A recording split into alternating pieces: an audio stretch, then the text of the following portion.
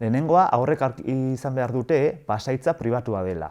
Pasaitza zuten inorrekin partekatu behar. Bakarrik irakaslearekin edo tutorearekin edo gurasoekin. Hori lehenengo aholku garrantzitsuena da.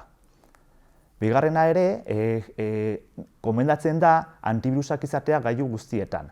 Chromebookak momentuz ez dute behar antivirusik, baino bai Windows sistema eragileak eta baita ere Android sistema eragileak eta Mac sistema eragileak.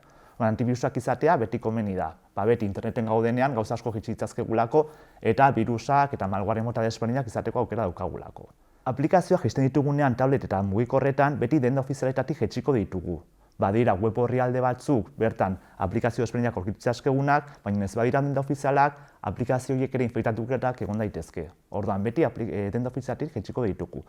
Telefonoetan, Androidetan Google Playtik eta iOS sistema eragilean App Storetik. Eta ordenagailuan zeozer instalatu behar dugu, bere fabrikatzailearen web orrialdetik jaitsiko ditugu gauzak.